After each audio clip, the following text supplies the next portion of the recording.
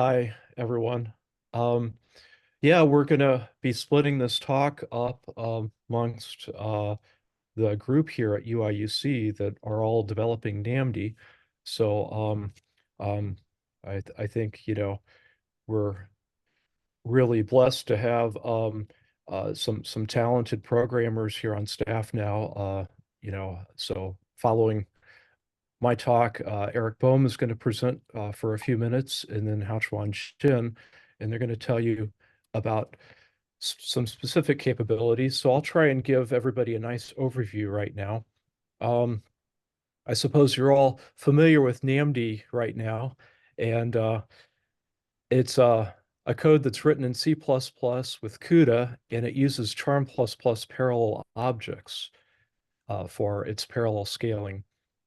And it's a full-featured MD application with many advanced features, such as free energy methods, enhanced sampling methods, a built-in collective variables module called Colvars, and it's also highly customizable through user scripting with TCL and Python. And so when we do MD simulation and think about parallel scaling, Uh, we think in terms of strong scaling whenever you take a single simulation and you scale it across multiple computational resources.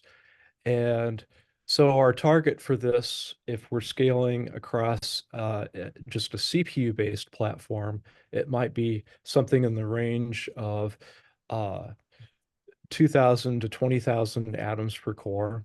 And for a GPU-based platform, it's more like 20,000 to 200,000 atoms per device. Uh, but another way of thinking about scaling is what we would call weak scaling, where we're thinking in terms of scaling the problem size up together with the computational resources. And so, in the sense of what we do for MD, we're thinking in terms of multi-copy or replica exchange type simulation. And so in this case, you would want to determine the most efficient use of the resources for your simulation. So this might be one copy of the simulation per node or per GPU device. And then you scale up your total number of copies accordingly, to, whatever makes sense for what you're investigating and, for making use of your computational resources. So NAMD has a lot of support for force fields. Uh, Primarily, we've been uh, supporting the charm force field, but we also have a lot of support now for Amber and for GROMACS, for the Drude polarizable force field that's part of charm. We support several different water models. TIP3P is the standard water molecule, standard water model, but we also support TIP4P and OPC, which are four-site models, and then this new Drude water model that's a five-site model. We have some support for Martini, but we don't at present fully support the latest Martini 3 force field. And so generally when you're running your simulations, uh, the file support you need will involve PDB for the atom coordinates, PSF files for the structure, your force field files, and then you'll produce a DCD trajectory file or your binary output or restart files. And we support a number of what we would consider standard features for equilibrium simulation. Uh, so, of course, uh, constant energy simulation, then basic essential temperature control methods, uh, pressure control methods. Um, we support periodic boundary conditions and you know fast methods for calculating long-range electrostatics for periodic boundary conditions. That would be using the particle mesh AWOL generally. but we also support non-periodic simulations with spherical or cylindrical boundary conditions, rigid bond constraints for hydrogen, multiple time stepping, conservation of momentum while conserving energy, and energy minimization techniques when you're first uh, setting up your system for a production run. So typically we could use constant energy for calculating an NVE ensemble, uh, or either the Langevin thermostat or the stochastic velocity rescaling approaches for NVT.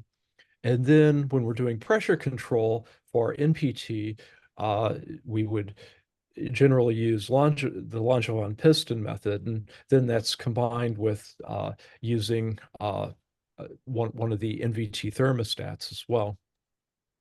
Of course, we have some other methods for temperature control and pressure control that don't give you a true ensemble, don't sample from a true ensemble. But these are provided because they're computationally very efficient, and these were methods that were popular methods back in NAMD's early days. And then we have particular features that are maybe less common or distinctive to NAMD among other MD codes. And these include the Langevin piston, which I think is quite a nice, stable pressure control method, especially when combined with the Langevin thermostat. Uh, multi-level summation method gives you the ability to simulate non-periodic or semi-periodic boundary conditions with long-range electrostatics. Then a very popular feature for NAMD is multiple time stepping, which a lot of codes don't support, but we actually get like a nice performance boost the way all of this has been implemented in NAMD. And then, of course, this uh, conservation method for conserving momentum together with conserving energy. So we have a number of advanced features too. These include uh, a lot of enhanced sampling methods that are native to NAMD. We also have the collective variables Colvars module that allows even greater support and more flexible support for doing enhanced sampling. We also have a really rich variety of alchemical free energy methods, free energy perturbation, FEP, and thermodynamic integration, TEI. And we have a constant pH simulation method, and we have a hybrid QMMM simulation. And of course, then there's TCL, and it's possible to build NAMD also for Python to support Python scripting for a lot of flexibility and allowing you to introduce or customize biasing forces for your simulation. So the NAMD3 release has really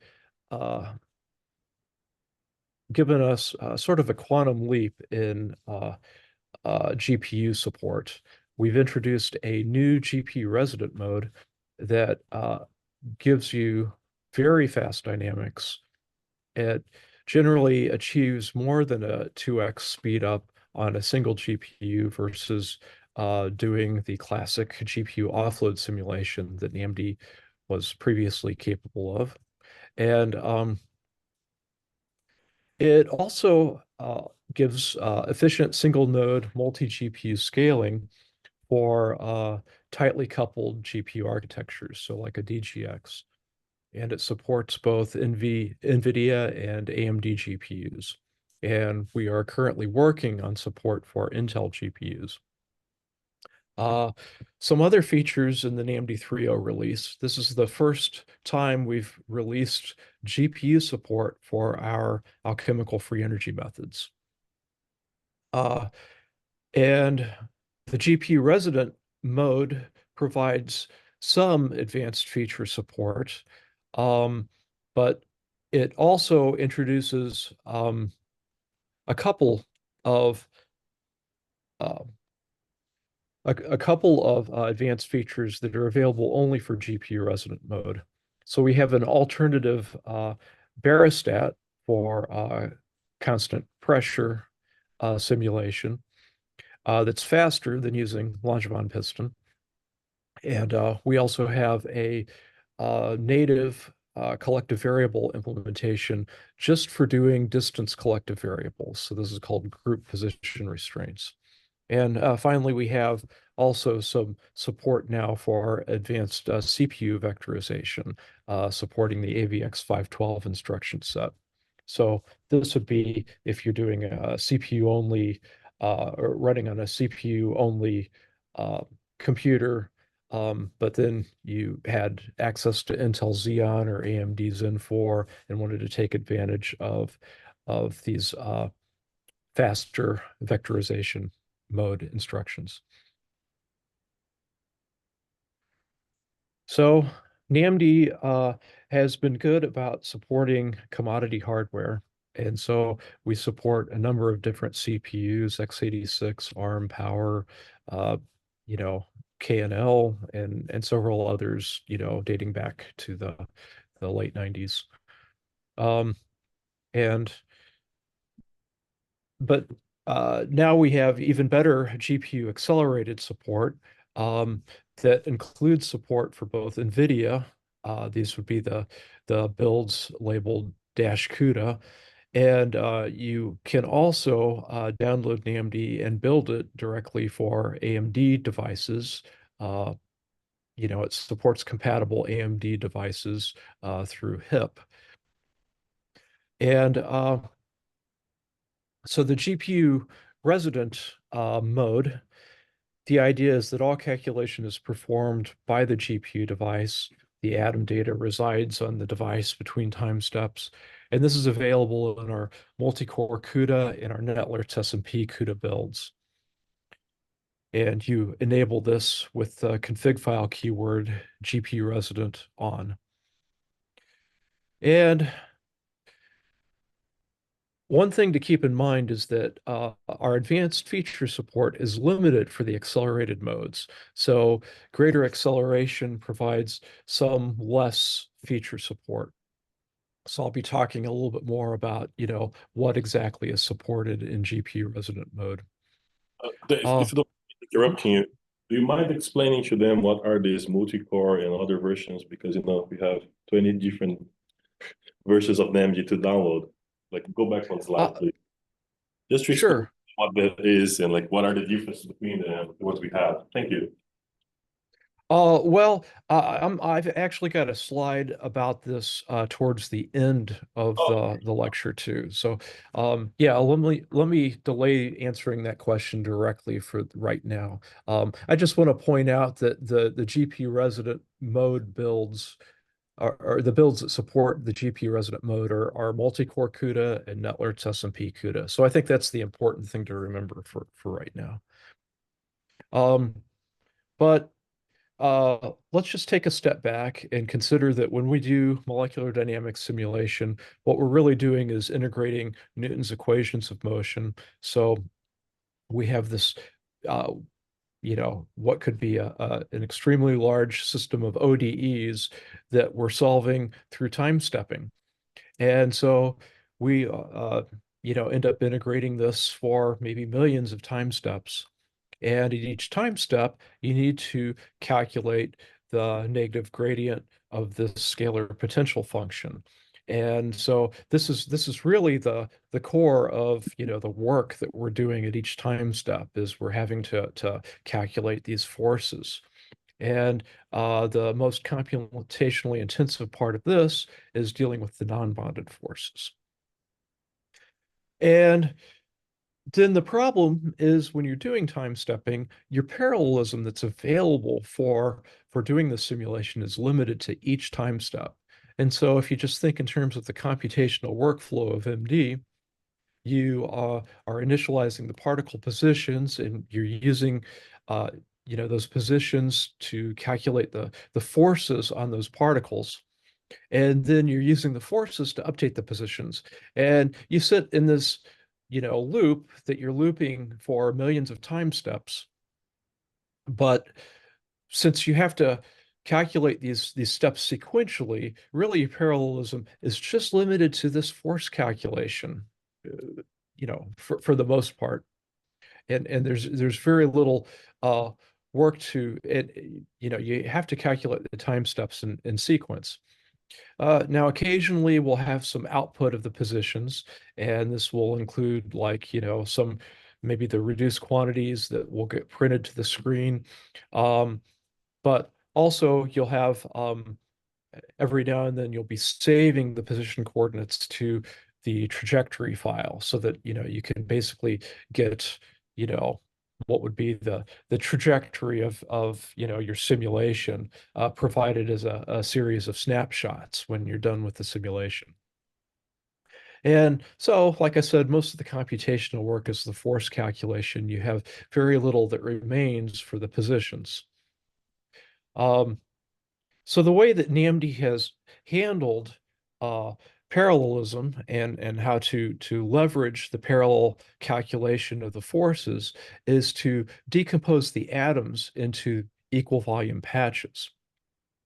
And most of the calculation uh, deals with the short range non-bonded forces. And so what this ends up being is the calculating pairwise forces between atoms that are between neighboring patches. And so but NAMD went on, and instead of just doing this data decomposition, uh, we also do a decomposition of the patch-patch interactions that we're doing. These are um, these are basically the compute objects. We think of these as compute objects. And so we think of these together with the patches as being uh, work that we can then use to uh, load balance across when we're trying to do a calculation that's over uh, a large parallel computer. And as we're doing this calculation at each time step, the atoms will be moving. And so every now and then we're going to have to update the spatial decomposition by doing what we call migrating atoms as they move from one patch to an adjacent patch. And then we also will uh, take care of load balancing dynamically by updating the work decomposition by migrating the compute objects to then keep the processors more uniformly occupied. And so when NAMD first introduced GPU acceleration, it used a GPU offload approach for doing multi-node simulation. And the idea was that, you've got all of this work that has to be done to calculate the forces. Well, we're going to offload this force computation to GPUs. But to do this, we need to go ahead and aggregate enough position data together so that we can launch reasonable GPU kernels and and then take advantage of this resource in the way that GPUs need to be used. And so when GPUs were first introduced for this and it could be programmed as general purpose devices, um, we first took what was the most computationally intensive part of the work, and that was these non-bonded computes. But later, as GPUs became even more capable, we could offload even more of the force calculation. And so these included then the bonded computes and also the scalable parts of the PME calculation. And, so again, for GPU offload, the idea was that, at each time step, we're sending positions to the GPU, and then the GPU is being used to calculate forces, and it's sending back positions. And then the problem became the GPUs got really fast. It's not really a problem, but it's a problem in the sense of how NAMD was trying to use the GPU. And the issue was that we were just leaving the GPU unused because of the amount of work that was still being done on the CPU. This diagram sort of captures it pretty nicely, where you see sort of like a timeline moving to the right as you're trying to do your time stepping. And so you integrate the atom positions in the CPU and you send those to the GPU for calculating the forces. And we have all kinds of fancy ways in NAMD of trying to send the forces back as quickly as possible so we can continue integrating the atom positions. But the problem was that, we were not keeping the GPUs completely occupied. And so then and that was really the motivation to create a GPU resident mode for better using the GPU. And so then for GPU resident, the data actually sits on the GPU, and you're also going to be taking care of all of those other calculations on the GPU, including the integration of the atom positions, calculating the rigid bond constraints, uh, all of those parts of the time stepping that weren't already being done on the GPU. And so by doing this, we could see from doing, and this shows profiling of an NVIDIA GPU uh, before, when we're using GPU offload, and then after using the GPU resident. And you can see how, whereas there's gaps in the timeline, and the red parts in the timeline on the GPU offload part indicate the data transfer movement to get, coordinates onto the GPU, and then to transfer forces off of the GPU. And you can see that now we're with GPU resident mode, we're keeping the GPU busy the entire calculation, and we have very little CPU work that we're doing anymore. The CPU really becomes a source of just managing the GPU. And so once we had that working, what we wanted to do was we wanted to take the GPU resident mode and scale it across GPUs. And so what this meant was that we had to sort of go back to the earlier idea of how we've decomposed the patches, how we've decomposed the compute objects, and really we have to, impose this a similar decomposition and then map these to each GPU. And in doing this, what you need to do is perform a position multicast to move the positions that are needed to the compute objects that need them. And then once you compute the new forces, you'll be doing a force reduction to get that data back to the patches. And so the way we needed to support this was to have the GPUs do load store memory access between the different devices within every time step.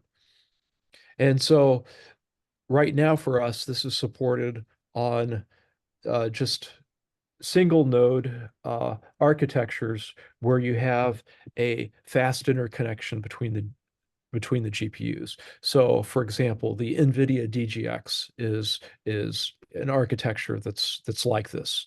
Um, the nodes of some of the large supercomputers right now, like Frontier, are Perlmutter.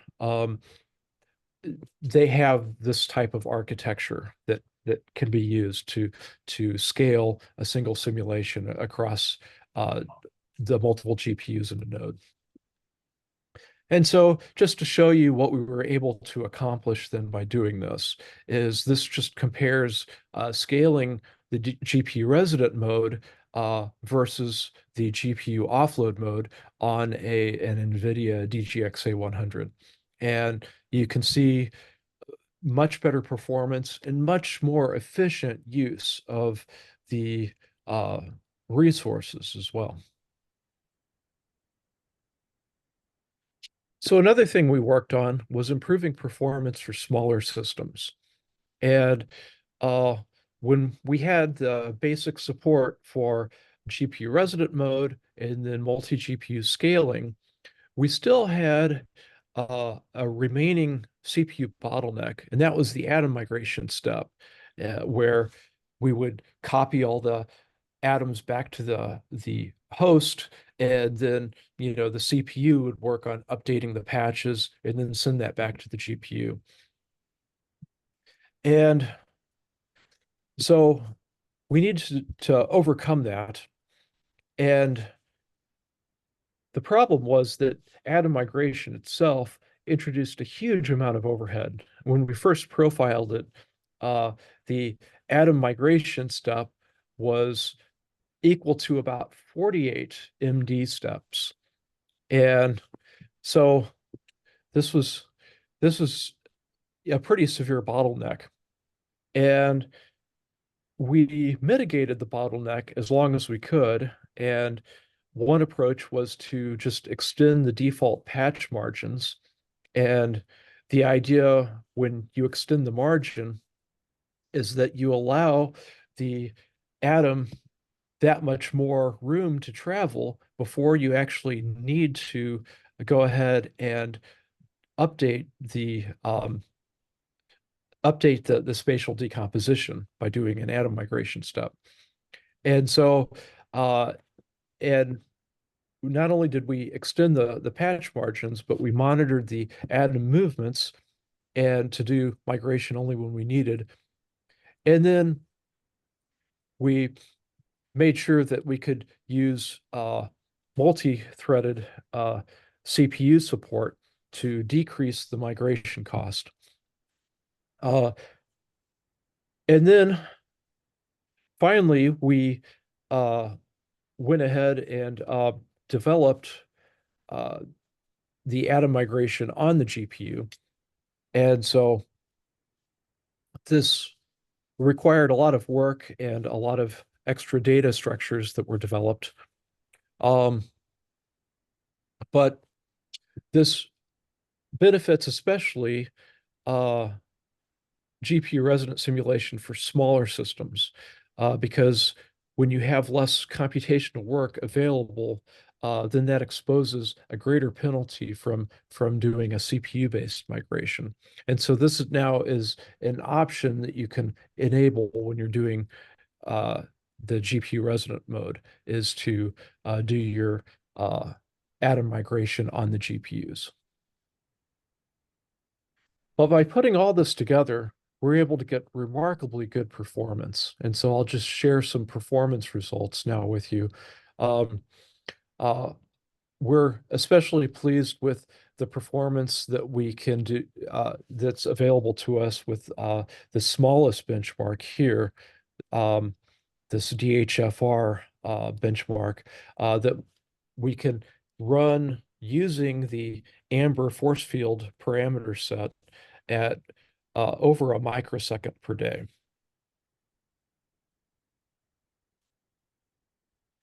So if we look at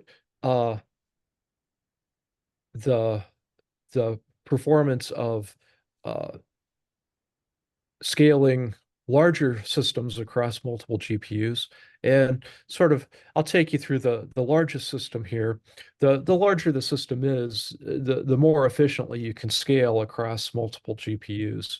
And so here we're at an efficiency of almost 90%, which is quite good. Um, this is the COVID spike system that's about 8.5 million atoms.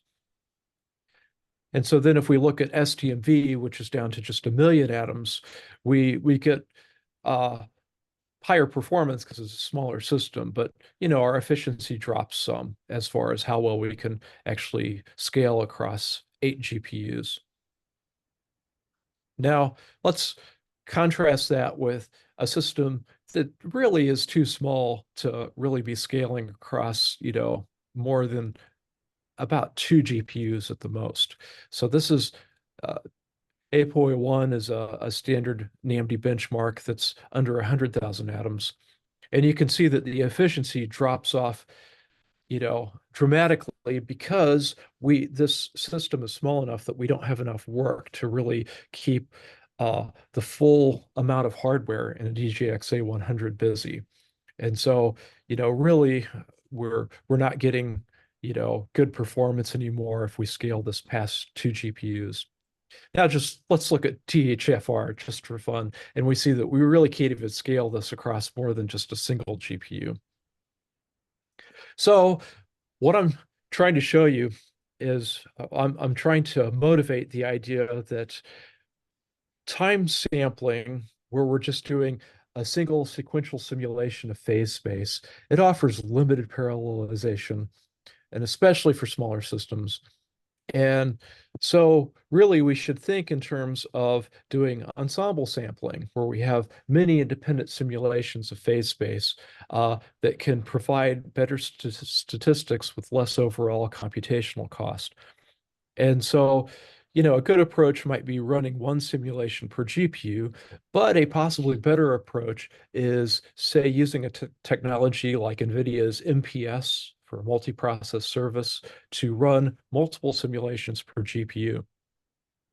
And this would give us a way of keeping all the systems on all the GPUs fully occupied. And if you're running multiple simulations per GPU, although no single simulation will finish as fast as running one simulation per GPU, the aggregate nanoseconds per day achieved by all the simulations ends up being higher. Let me show you some results to sort of justify that last comment. So here's the DHFR ensemble sampling. And instead of trying to scale this now across one simulation across all 8 GPUs, we're actually going to be stacking simulations on each GPU. So here, this table shows the number of simulations per GPU that we're trying. And we see that as we keep stacking simulations, our actual aggregate nanoseconds per day here keeps getting higher as we go up to 8 simulations. And here's an example of something that Raphael did and published. And so he had a 240K atom simulation.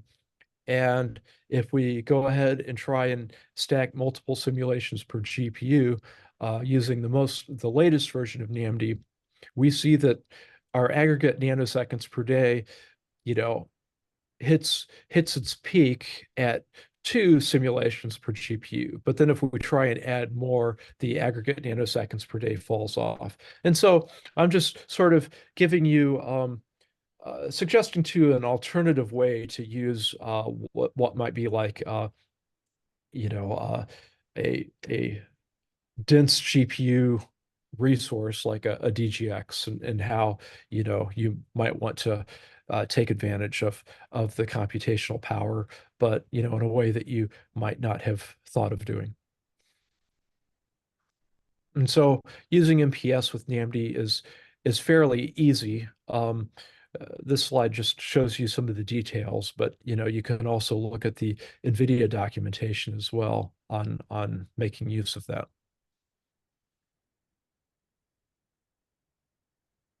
So here is the list of the advanced features now supported by GPU Resident. And I'm going to mention the Monte Carlo barostat in particular. And then in the following two, then I'll hand the floor over to Eric to talk about his work on Culvars and TCL forces and developing that support. And then Hachwan is going to talk about the last four things on this list. But just to say a little bit about Monte Carlo barostat, uh, the idea is that we're this is a method that's faster than the Langevin piston method due to avoiding the virial calculations that the Langevin piston needs performed at every time step. And so we can rescale the periodic cell at fixed step intervals and then accept or reject that rescaling based on Monte Carlo acceptance of the new energy. And it turns out that this is a method that you can prove is sampling the you know the NPT ensemble correctly. Now, the rescaling that is performed, it needs to be performed in the geometric centers of the molecules. So, uh, and and so that's why this right now is only available for GPU resonant, as otherwise it would require extra communication for trying to extend this to multi-node. But if you see the performance here shown on APOE1, if you take the frequency um, of rescaling long enough, so make it every 100 steps, you see that you end up being really close to the performance of the thermostat, which is great. I mean, since you're having to run that thermostat together with your barostat. So I'll also talk about now some upcoming developments in NAMD. The most important one is to develop full compatibility with the new charm force field. And so what's missing right now is long range dispersion. And the method is LJPME for calculating the long range dispersion forces. Um, Now, what we also need for the GPU resonant code path is support for lone pairs for simulating halogens. Uh, we're also going to be working on supporting the Drude polarizable force field. And so for Drude right now, this is really only fully supported on our CPU only code path because we're missing the calculation of the NB-Tolly terms uh, on the GPU. And so we can't even use GPU offload for those simulations. But we also have several things that will need to be ported to the GPU in order to do a fully GPU resident simulation for using Drude. Um, then we're also going to be working on some advanced features, some additional advanced features for the GPU resident code path. Um, Eric almost has grid forces finished. We're also going to be working on the Gaussian accelerated MD, and we're also working on extending GPU resident to support multi-node architectures. So I think I'm going to skip over these last things here, discussing the PME bottleneck for multi-GPU simulation. But here I'll just tell you a little bit more about the different versions of NAMD. So, of course, you can visit the main web page for NAMD, and that has links to everything that you would be interested in doing, like downloading NAMD or accessing the documentation for NAMD. So if you click the download NAMD link to go to the software downloads page, and then under the version 3.0 build, you'll see these various builds of NAMD. And so just to discuss what these are, the multi-core builds run as a multi-threaded single process on a single node. Netlert's SMP builds can run multi-copy simulations across one or more networked nodes. And you'd use this in a way of like running one process per replica. We also have verbs SMP, and these are builds that can run uh, either single or multi-copy simulations across nodes that are connected to an InfiniBand network. And so within that, you have other various choices. And so for the GPU resident capable builds, those would be supported in either multi-core dash CUDA or Netlert's SMP dash CUDA. And the GPU offload capable builds would include those two and also the verbs SMP CUDA build. Now, the non-CUDA builds are for, CPU only use. And so those, uh, I remember that we have a special build for AVX 512. We also have a universal build for macOS. So, if you're running, say, like on a Mac laptop, you could download that, and that would work on either, the older Intel CPU architecture or the newer Apple Silicon CPU architecture. Um, and so, but say you're interested in running GPU resident mode. Um, so you'd get either the multi-core CUDA or the Netler's SMP CUDA builds. Uh, then to enable that in your config file, it just requires just one keyword, GPU resident on. And so there's a lot more detailed information about running and compiling NAMD that's linked directly from the main web page. These are the release notes that will give you lots of details.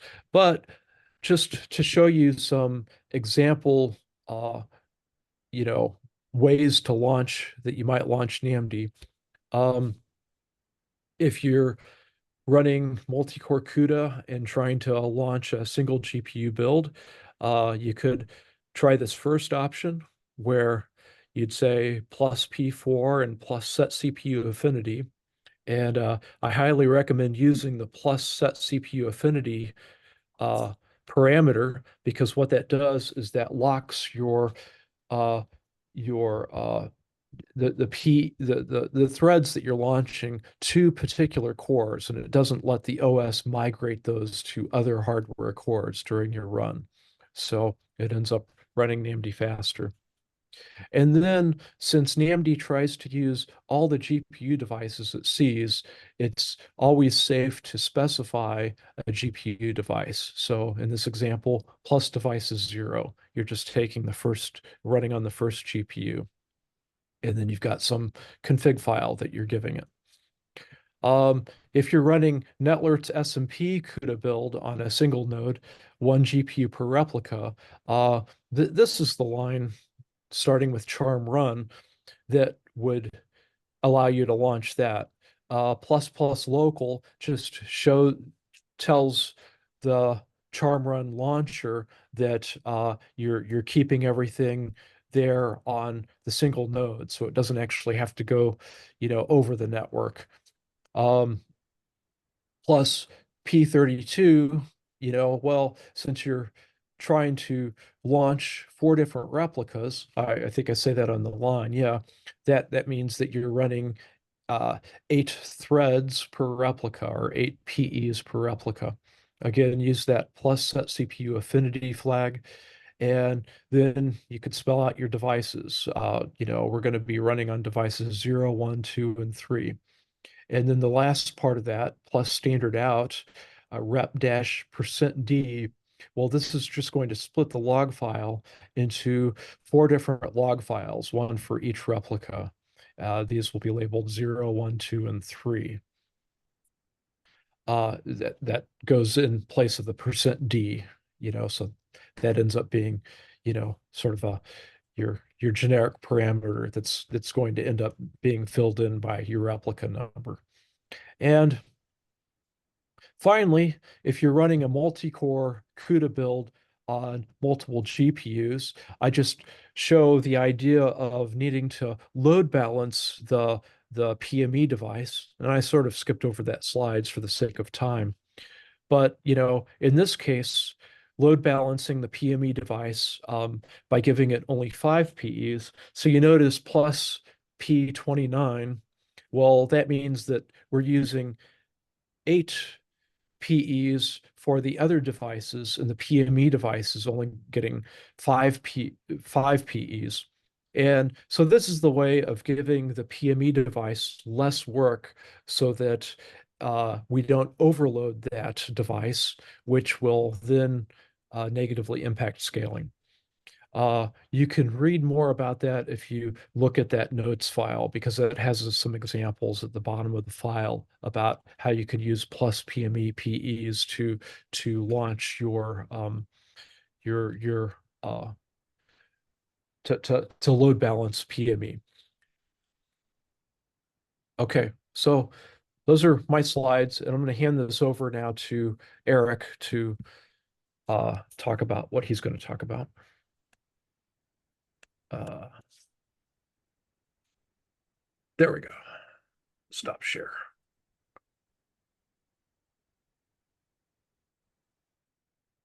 Can I ask a question? Yes, you can. So you can hear me, right? I can. So this Gaussian accelerated MD, so there's a separate program called the CAMD, or is it integrated into the NAMD and they use some kind of instruction in the configuration file or a keyboard or something? I'm sorry, I could only catch like every other word of what you were saying there. So I guess you're not coming through as clearly as I thought. Maybe you have to start to go there to the microphone, maybe. So maybe I'll shout. You can hear me now? Yeah, I can hear you. So the Gaussian accelerated MD, I mean, there is a Oh, yeah. program that does this Gaussian accelerated molecular dynamics in general. I mean, if you use some engine in the back. So the one that you mentioned in your talk, is it integrated into the NAMD and it does Gaussian acceleration and internal in NAMD? Yes, Gaussian accelerated MD is supported internally in NAMD. And right now it's compatible with CPU only NAMD and also GPU offload NAMD. And what we want to do is we want to support that fully on our GPU resident mode, but that means all the calculations that the CPU is doing, all of those have to be ported to the GPU in order to support that. Okay.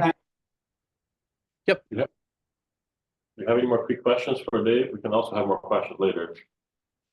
So thanks, Dave. Eric, can you hear us? We cannot hear you well, Eric. Your microphone is sounding weird. Not really better. Are you in the same? You need to cooperate better. You guys are in the same office, right? Maybe. Yeah, I can just use Dave's mic. Maybe mine. You hear me through Dave's mic? Yeah, Dave is not muted. That's the. I'm gonna use the so Eric, talk. Eric, we just muted Dave. Can you talk through your microphone now?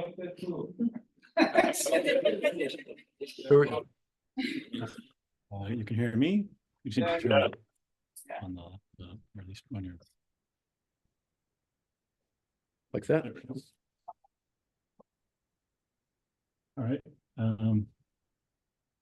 Number better? Yes. Yeah. All right. You have a funny side view of you, Eric. But other than that. Yeah, this is going to require a slight alteration of the desktop layout here.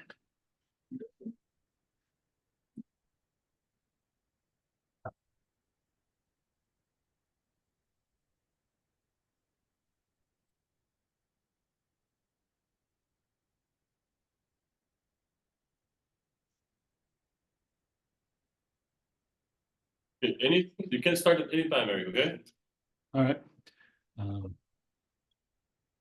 So I'm the senior research programmer from the Parallel Programming Laboratory, and now at the Theoretical Computing Biophysics Group, and working with Dave to accelerate NAMD. And my focus is somewhat more on the high performance computing side. And as we look at the vistas around us, we have essentially a bounty of cores that we can access. Vendors are happy to sell you more cores. They don't really offer you cores that are substantially faster than the last generation of cores, but always more cores, which increases the burden on using all of these cores effectively. And so that's one of the reasons why we've had this division of labor between the NAMD biophysical simulation application and the Charm++ infrastructure to manage the communication. And the challenge on communication has been somewhat increasing relative to computing because the improvements in networking are happening at a slower rate. And so basically computing power is outracing what's available for the communication infrastructure. So as we have to do these kinds of synchronizations to run like one simulation across a very large number of hardware units, it becomes increasingly difficult to afford a network that can actually manage that communication effectively. As looking at molecular systems, they offer a somewhat different set of challenges from other kinds of computing. Dave already went over most of these details, but the key component here is that they are irregular and they are dynamic. And so this requires special attention to actually manage correct simulation of these things across a large number of hardware units. And so back in the original days of the collaboration, NAMD and Charm++ were co-designed so that we would deliver essentially an asynchronous message-driven execution model and provide object-based decomposition, dynamic load balancing, adaptively overlap communication with computation, and support for different kinds of computing resources and for high-performance computing interconnects. The key takeaway from this slide is just a sort of different way of phrasing what we had seen from Dave's presentation. We have many different kinds of computes, and we can parallelize these, but we do have to constantly sort of keep integrating all these separate computations together. And that is where these two partners meet. Now, the most recent challenge that we've had is scaling on these newer machines. And so we have the Frontier supercomputer, the sort of large, it is the #1 supercomputer in the world, according to the top 500 benchmark.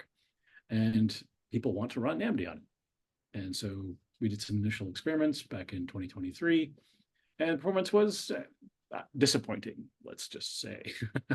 We have been able to scale NAMD on older architectures far better than this.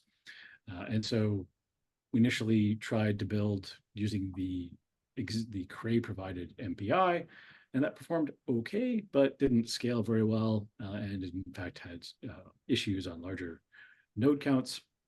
So we thought we'll switch over and use our native OFI layer, and performance there was dismal. And that was the point at which I was brought in to go figure this out.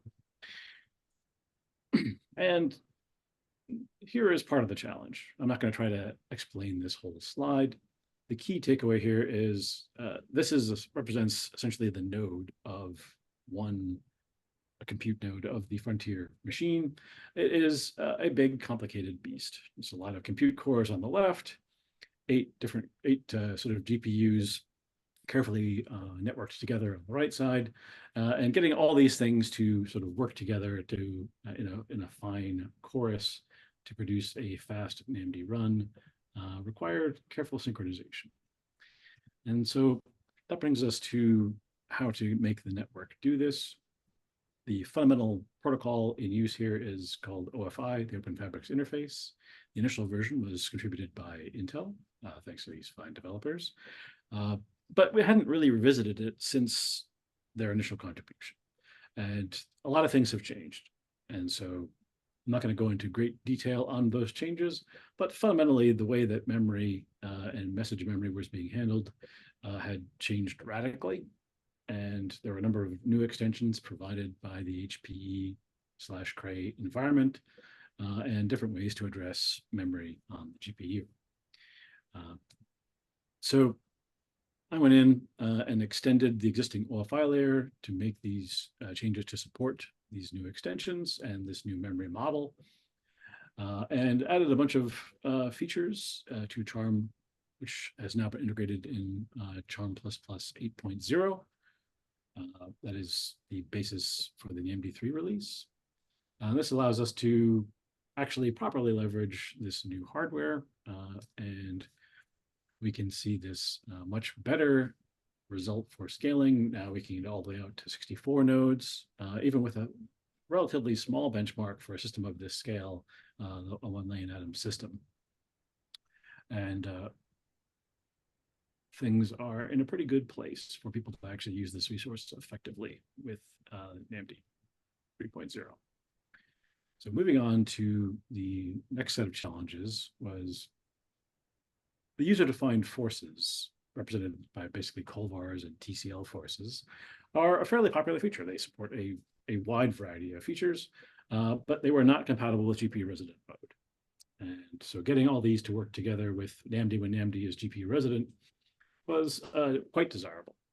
And this is delivered in NAMD by an infrastructure called the Global Master. This basically provides an image of some read, write, modify operations for the atomic position data and the force data, and provides that so that these user-defined codes, like Colvars libraries or TCL forces, can operate on these and have that fully integrated in with the rest of the force integration process.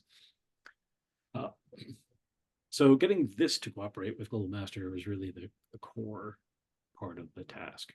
So the current status is that this now works for the Global Master supporting Colvars and TCL forces in NAMD 3.0. I have a version that works for grid forces, but that won't be available until 3.1. Other features that go with Global Master are not available yet. Many of them can, like for example, TMD can be accomplished via Colvars, for example. So exactly how prioritized these will be is kind of an open question. So the community can give us some guidance on that.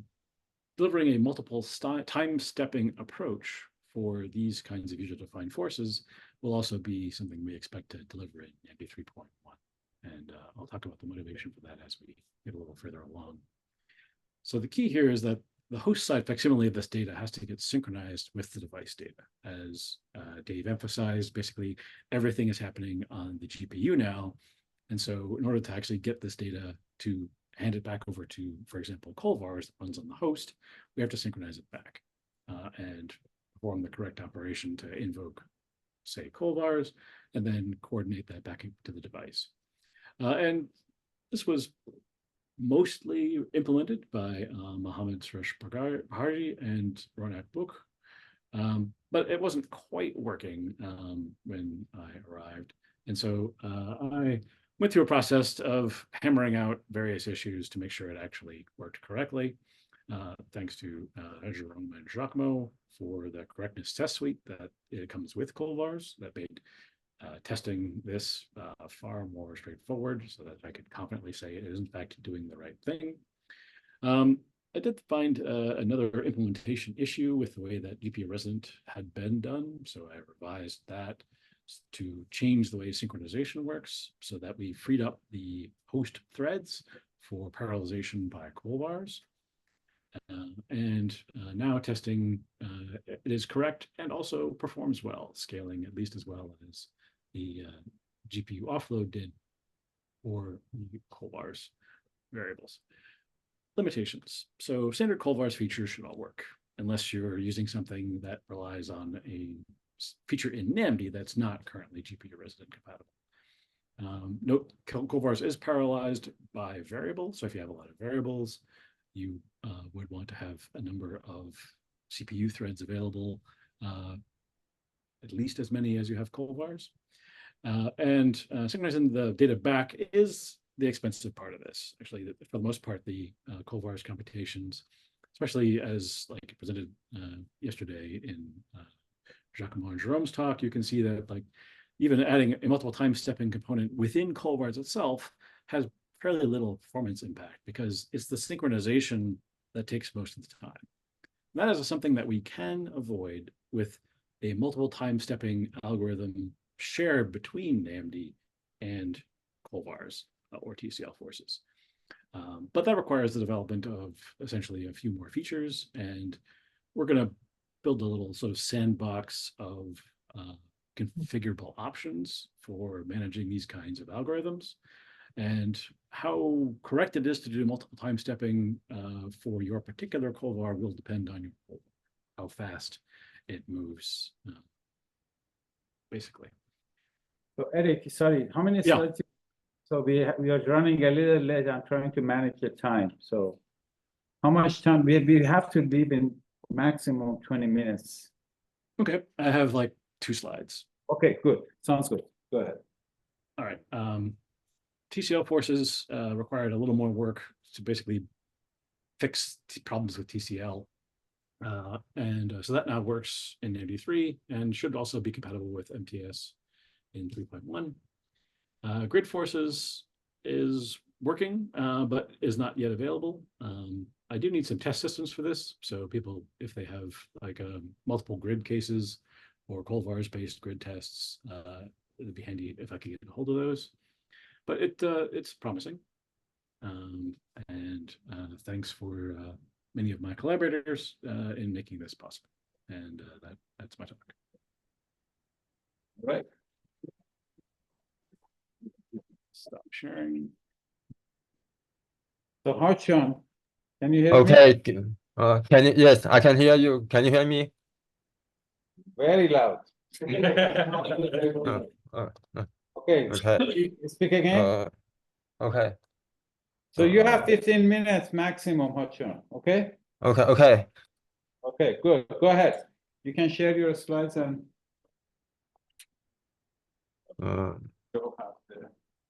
Thank you. So can you see my slide? Yes. Yes. Okay. Hello everyone. Thanks for organizing the workshop. I'm Hao Chen, and I joined the NAMD developer team last year. I would like to briefly introduce a few specific new features in NAMD 3.0 that I have involved.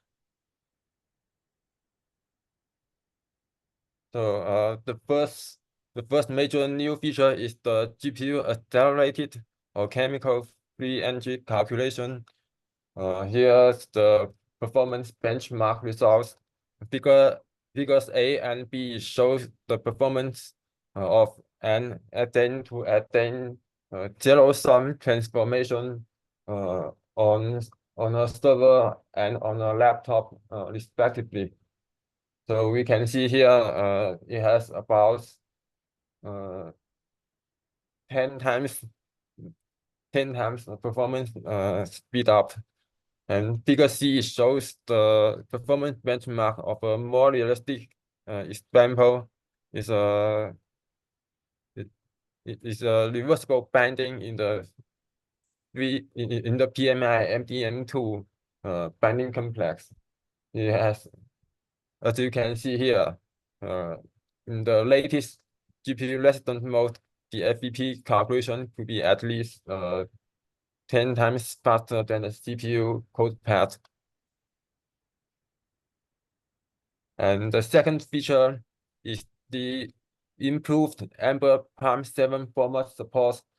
Now, NAMD3 can correctly support the CMAP terms in Amber FF19SB and its later versions. and it also follows Amber's Fortune format specified to read the PAM7 file correctly. So you don't have to worry about the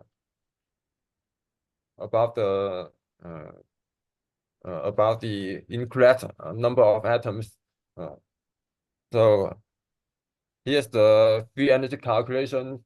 The following figures are the free energy calculations of the alanine dipeptide using NAMD2, NAMD3, and Amber standard respectively. As you can see here, NAMD2 cannot produce the flat free energy landscape along the two dihedral angles, while NAMD3 and Amber standard are almost the same. So please don't use NAMD2 with Amber FF19SB in PAM7 format.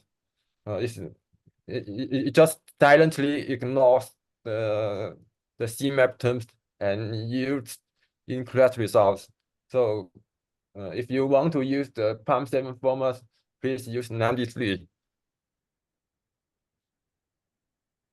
I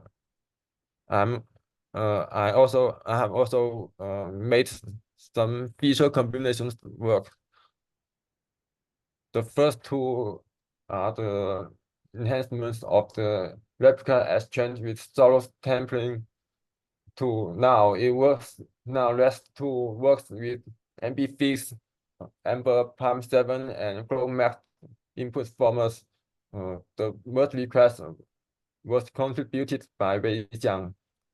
And now it also works with the LJ potential tail corrections, which is required by the Amber force field. And now the foresight water models are all compatible with the GPU resident mode. So you can use, for example, TIP4P, EW water model, or OPC water model in Amber force field. And enjoy the GPU resident mode. Now the GPU resident or chemical calculations support the van der Waals force switching and GPU atom migrations, and now it also works on the HIP or the AMD GPUs that are found on the Frontier supercomputer, and now it also supports the multi-GPU accelerating.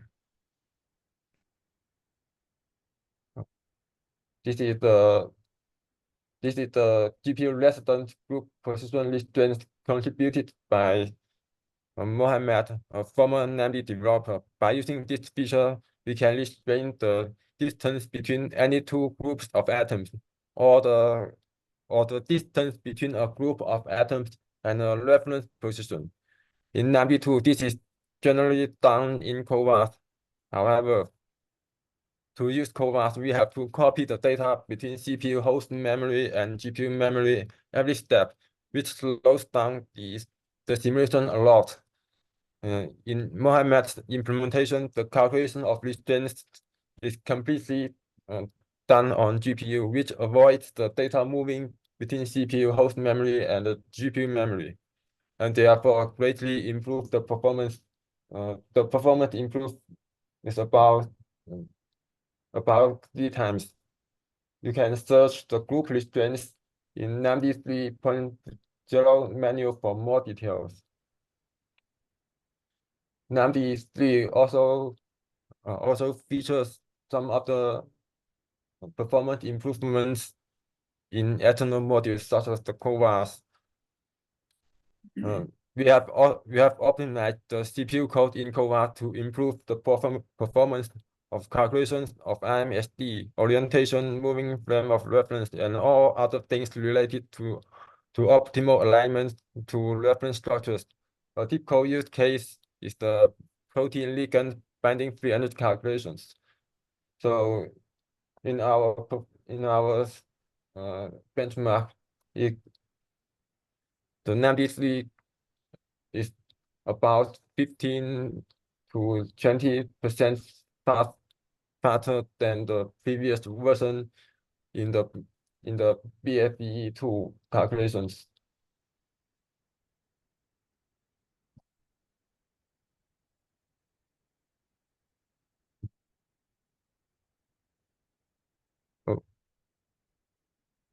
We are still developing a CUDA global master interface and a GPU resident client of it using the PyTorch, which is a very popular deep learning framework.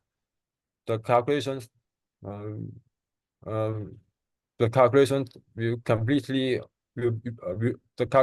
be completely on GPU without GPU data moving and CPU calculations. The initial performance benchmarks look promising. In typical use cases such as calculating the IMSD, it is even faster than the CPU version than the CPU CoWAS. So I think it will be possible to